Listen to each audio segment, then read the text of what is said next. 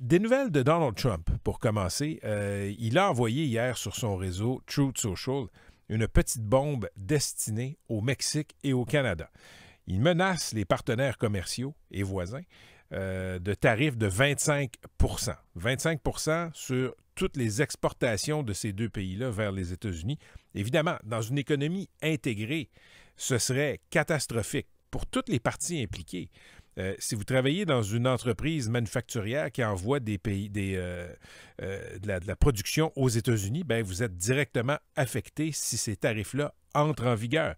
Si vous êtes un Américain et que vous dépendez dans votre commerce de produits qui viennent du Mexique, du Canada, on peut penser à des pièces pour l'aéronautique qui viennent du Canada, on peut penser à des produits maraîchers qui viennent du Mexique, bien, ça va hausser vos coûts.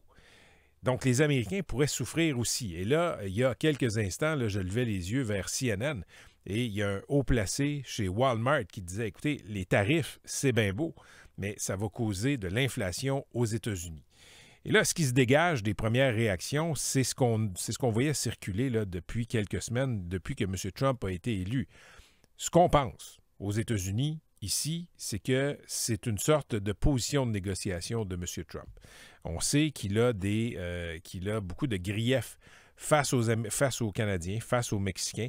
Ça touche le commerce, mais ça touche aussi la gestion de la frontière. Et là, hier, dans son message sur Truth Social, le futur président des États-Unis a écrit, écoutez, il y a trop de trous dans les frontières, les Canadiens doivent en faire plus, les Mexicains doivent en faire plus pour empêcher l'entrée de drogue, de fentanyl notamment, et aussi l'entrée de migrants. Pour ce qui est des migrants, écoutez, les arrestations à la frontière sud, là, c'est plus de 2 millions par année, si on se fie aux données de 2023. Donc, les tentatives d'entrer illégalement aux États-Unis, elles sont nombreuses, quotidiennes. C'est un problème politique. Du Canada, il n'y en a pas beaucoup. Là. Il y a des ministres canadiens hier qui ont rappelé qu'on est à peu près à 10 000 arrestations en une année du côté du Canada, donc vers les États-Unis.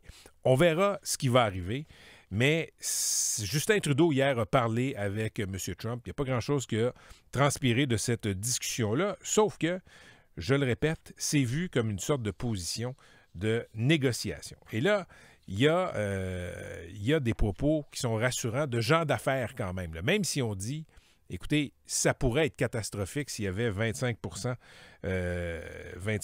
d'imposition de tarifs, sauf que c'est une position de négociation. Et dans la presse aujourd'hui, on cite le président de l'Association des fabricants de pièces d'automobiles du Canada, Flavio Volpe. Lui, il a été membre de cette équipe Canada qui a été mise sur pied par le gouvernement de M. Trudeau il y a quelques années, quand M. Trump est arrivé et a imposé une renégociation de l'accord de libre-échange nord-américain, qui est devenu là, depuis l'accord Canada-États-Unis-Mexique. Et je le cite, il faut être patient.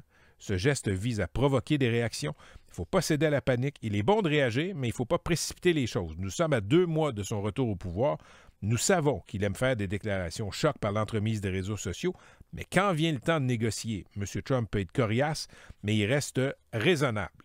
Et il dit, écoutez, les Américains ont besoin de nos produits aussi. Le Québec vend de l'aluminium. L'Ontario, c'est le secteur automobile. L'Alberta offre du pétrole, la Saskatchewan de l'uranium, la Colombie-Britannique de l'eau douce. Bref, ça se peut que ce soit une tactique de négociation, mais quand même, si on est employé aujourd'hui dans une entreprise qui fait affaire avec les Américains, disons qu'on se réveille avec un petit peu d'inquiétude au-dessus de notre tête. Et parlant de Donald Trump, ben, il est en voie d'acquérir cette immunité qu'il recherchait en étant élu. On sait que, à cause de gestes posés quand il était président dans son premier mandat, il a été poursuivi au niveau de certains États, Georgie, New York, et il a été poursuivi aussi au niveau fédéral. Bien, les poursuites au niveau fédéral sont tombées hier en vertu d'un vieux principe de 1973 selon lequel on ne peut pas poursuivre aux criminels en vertu de lois fédérales. On ne peut pas poursuivre un président des États-Unis qui est en fonction. Donc, vous pouvez lire ça, c'est un peu partout dans les médias aujourd'hui.